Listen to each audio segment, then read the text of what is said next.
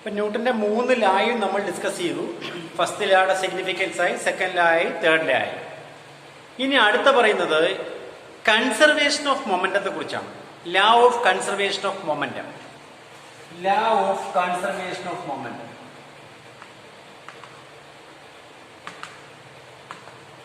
Momentum conservation ആലോചിക്കുക. Conservation of momentum പറയുന്നത് ഇത്രയേ ഉള്ളൂ. ഒരു സിസ്റ്റത്തിനകത്ത് എക്സ്റ്റേണൽ ഫോഴ്സ് ആബ്സെന്റ് ആണെങ്കിൽ, ബാഹ്യമായിട്ട് ബലമൊന്നും പ്രയോഗിക്കുന്നില്ല എങ്കിൽ ആ സിസ്റ്റത്തിന്റെ ടോട്ടൽ മൊമെന്റം എപ്പോഴും കോൺസ്റ്റന്റ് ആയിരിക്കും. That is, in the absence of an external force, the total momentum remains constant. External force ഉണ്ടാകാൻ പാടില്ല. ഇത് പറഞ്ഞാൽ പോലെ പ്രൂവ് ചെയ്യണം. ഏത് പ്രോസസ് എടുത്താലും മൊമെന്റം കൺസെപ്റ്റ് ആണ്. കൺസർവേഷൻ ഓഫ് മൊമെന്റത്തിന്റെ സ്റ്റേറ്റ്മെന്റ് ഇത്രയേ ഉള്ളൂ. ആ കൺസർവേഷൻ സ്റ്റേറ്റ്മെന്റ് പ്രകാരം ടോട്ടൽ മൊമെന്റം കോൺസ്റ്റന്റ് എന്ന് വെച്ചാൽ ഒരു പ്രോസസ് നടക്കുന്നതിന് മുമ്പ് എത്ര മൊമെന്റം ഉണ്ടോ അത്രയും മൊമെന്റം പ്രോസസ് നടന്നതിന് ശേഷം ഉണ്ടാകണം. പ്രോസസ് നടക്കുന്നതിന് മുമ്പ് എത്ര മൊമെന്റം ഉണ്ടോ അത്രയും മൊമെന്റം ആ പ്രോസസ്സിന് ശേഷവും ഉണ്ടാകുകയാണെങ്കിൽ നമുക്ക് പറയാം അത് കൺസർവേഷൻ പാലിക്കുന്നു എന്ന് പറയാൻ പറ്റും. മനസ്സിലായോ? അത് നമുക്ക് എക്സ്പ്ലെയിൻ ചെയ്യാൻ പറ്റും. അതിന്റെ എക്സ്പ്ലനേഷൻ നമ്മൾ പോകാൻ പോവാണ്. സെക്കൻഡ് ലാ വഴിയും തേർഡ് ലാ വഴിയും നമ്മൾ ലാ ഓഫ് കൺസർവേഷൻ മൊമെന്റം പ്രൂവ് ചെയ്യുന്നുണ്ട്. സെക്കൻഡ് ലാ വഴിയും തേർഡ് ലാ വഴിയും പ്രൂവ് ചെയ്യുന്നുണ്ട്. സെക്കൻഡ് ലാ അനുസരിച്ച് നോക്കാം. നമുക്കറിയാം, ഞാൻ സിസ്റ്റം ഒരു സിസ്റ്റം കുറേ പാർട്ടിക്കിൾസ് ഉണ്ട്. ഒരു സിസ്റ്റം സങ്കല്പിക്കുന്നു. സിസ്റ്റത്തിൽ ഇഷ്ടംപോലെ പാർട്ടിക്കിൾസ് ഉണ്ട്. M1 മാസുള്ള പാർട്ടിക്കിൾ, M2 മാസുള്ള പാർട്ടിക്കിൾ, M3 മാസുള്ള പാർട്ടിക്കിൾ, ഇങ്ങനെ ഇഷ്ടംപോലെ പാർട്ടിക്കിൾസ് ഉണ്ട്. Mn നമ്പർ ഓഫ് പാർട്ടിക്കിൾസ് ഉണ്ട്, മാസ് ഉണ്ട്. ഈ ഓരോ മാസം മൂവ് ചെയ്യുന്നത് ഓരോ ഡയറക്ഷനിൽ V1 സ്പീഡ് ഇങ്ങോട്ട്, V2 സ്പീഡ് ഇങ്ങോട്ട്, V3 സ്പീഡ് ഇങ്ങോട്ട്, ഇങ്ങനെ മൂവ് ചെയ്യണം സങ്കല്പിക്കുക. V1, V2, V3 etcetera. അപ്പൊ ഒരു പാർട്ടിക്കിളിന്റെ മൊമെന്റം എന്ന് പറയുന്നത് മാസ് ഇൻറ്റു വെലോസിറ്റി ആണല്ലോ. Momentum is the product of mass and velocity. M into V അല്ലേ മൊമെന്റം എന്ന് പറയുന്നത്? M ഇൻറ്റു V ആണല്ലോ.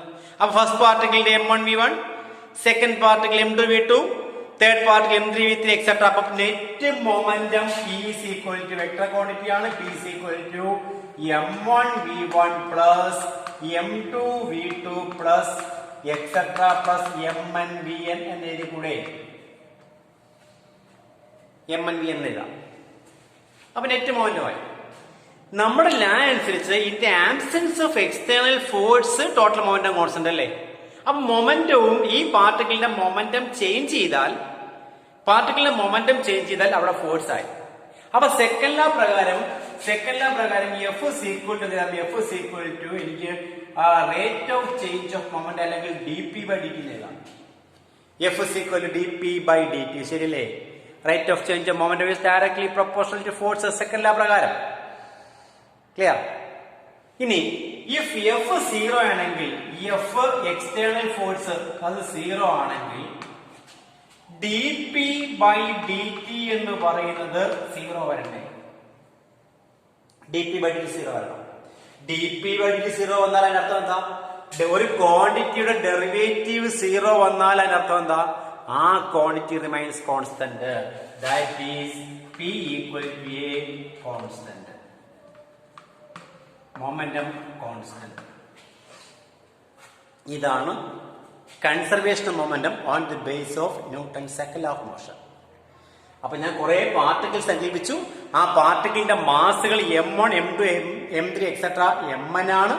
അത് മൂവ് ചെയ്യുന്ന സ്പീഡുകൾ, വെലോസിറ്റികൾ V1, V2, V3 etcetera Vn ആണ്. ഇറഗുലർ ഡയറക്ഷനിലാണ് മൂവ് ചെയ്യുന്നത്. അപ്പൊ ആ സിസ്റ്റത്തിന്റെ എസ്എസിൽ ഓരോ പാർട്ടിക്കിളിന്റെയും മൊമെന്റം എന്ന് പറയുന്നത് മാസ് ഇൻറ്റു വെലോസിറ്റി ആണ്. അപ്പൊ M1 V1, M2 V2, M3 V3 etcetera. അപ്പൊ നെറ്റ് മൊമെന്റം, ടോട്ടൽ മൊമെന്റം എന്ന് പറയുന്നത് total momentum is equal to M1 V1 plus M2 V2 plus etcetera Mn Vn ആണ്. ഈ മൊമെന്റത്തിന്, നെറ്റ് മൊമെന്റത്തിന് ചേഞ്ച് ഉണ്ടാകണമെങ്കിൽ നിങ്ങൾ ഫോഴ്സ് അപ്ലൈ ചെയ്യണം. അപ്പൊ സെക്കൻഡ് ലാ പ്രകാരം F is equal to dp/dt ആണ്. F is equal to dp/dt ആണ്. ഇനി ഫോഴ്സ്, എക്സ്റ്റേണൽ ഫോഴ്സ് 0 ആണെങ്കിൽ dp/dt 0 വരണ്ടേ?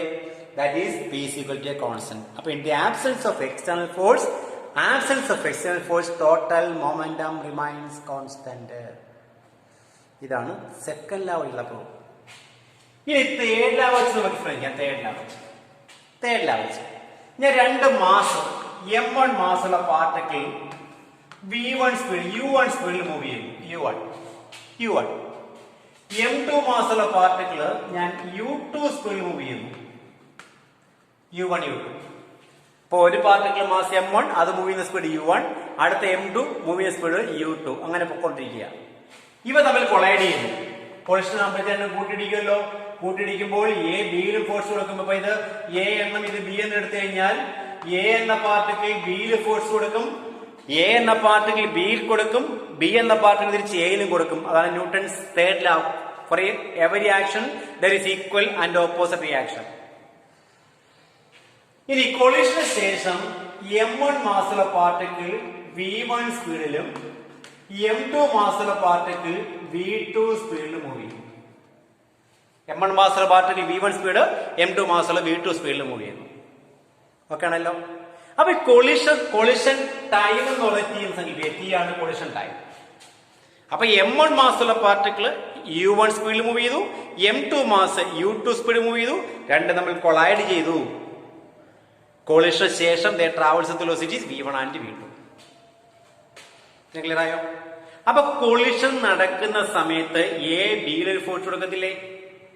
ആ എ ബിയിൽ കൊടുക്കുന്ന ഫോഴ്സ് നിങ്ങൾ റിയാക്ഷൻ ഫോഴ്സ് ആക്കി എടുക്കണമെങ്കിൽ തിരിച്ച് ബി എയിൽ കൊടുക്കുന്ന ഫോഴ്സ് ആയിരിക്കും റിയാക്ഷൻ ഫോഴ്സ്. എ ബിയിൽ കൊടുക്കുന്നത് ആക്ഷൻ എങ്കിൽ ബി എയിൽ കൊടുക്കുന്നത് റിയാക്ഷൻ ആയിരിക്കും. ക്ലിയർ ആയോ? അപ്പോ force on B by A. ബിയിലെ ഫോഴ്സ്, ബിയിൽ എ കൊടുക്കുന്ന ഫോഴ്സ്, അപ്പൊ കിട്ടുന്ന ബിക്കാണ്. എ ബിയിൽ കൊടുക്കുക എന്ന് വെച്ചാൽ കിട്ടുന്ന ബിക്കാണ്. Force on B by A. അപ്പൊ ബിയുടെ മാസ് എത്ര, ബിക്ക് ഉണ്ടായിരിക്കുന്ന വെലോസിറ്റി ചേഞ്ച് എത്ര ബൈ ടൈം എടുത്താൽ പോരെ. അപ്പൊ ബിയുടെ മാസ് എത്ര? ഞാൻ f1 എന്നെടുത്താൽ ബിയുടെ മാസ് m2 അല്ലേ. അവന്റെ വെലോസിറ്റി ചേഞ്ച് എത്ര? ആദ്യമേ u2 ആയിരുന്നു, ഇപ്പൊ v2 ആയി. ആദ്യമേ u2 ആയിരുന്നു, ഇപ്പൊ v2 ആയി. m2 ആണ്. അപ്പൊ v2 minus u2 by T കൂടെ v2 minus u2 by T. Okay ആണല്ലോ. അപ്പൊ f1 കിട്ടി, അത് ആക്ഷൻ. ഇനി ഇതേ സമയം ബി എന്ത് ചെയ്യും?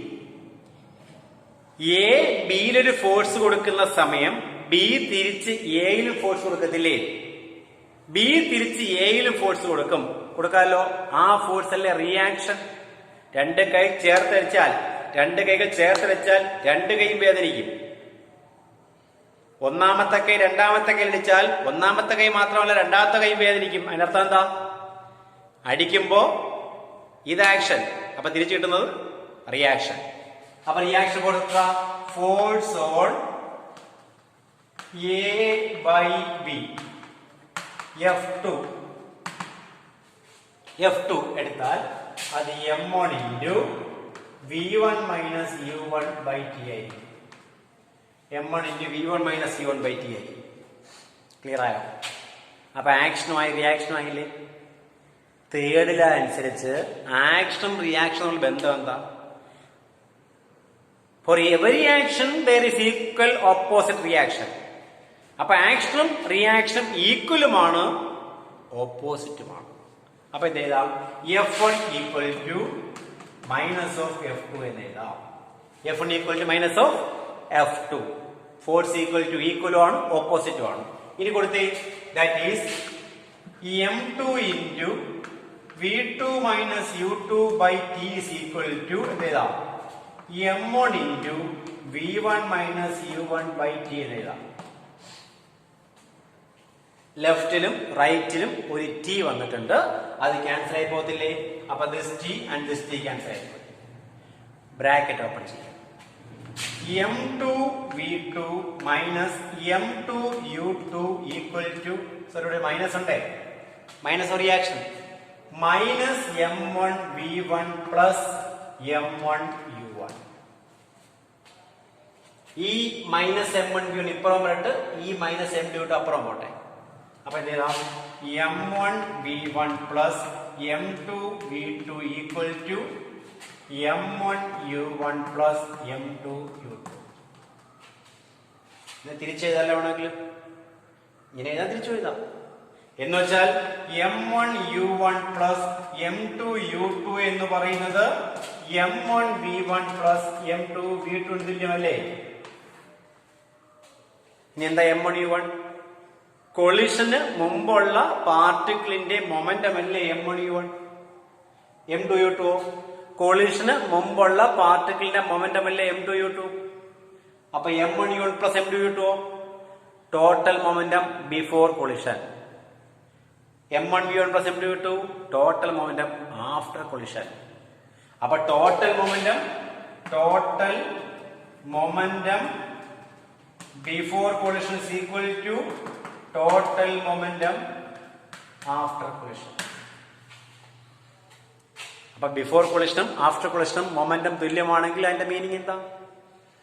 The total momentum remains constant. അപ്പൊ ഏത് ലാ വെച്ചുകൊണ്ട് നമുക്ക് പ്രൂവ് ചെയ്യാം എന്താണ്?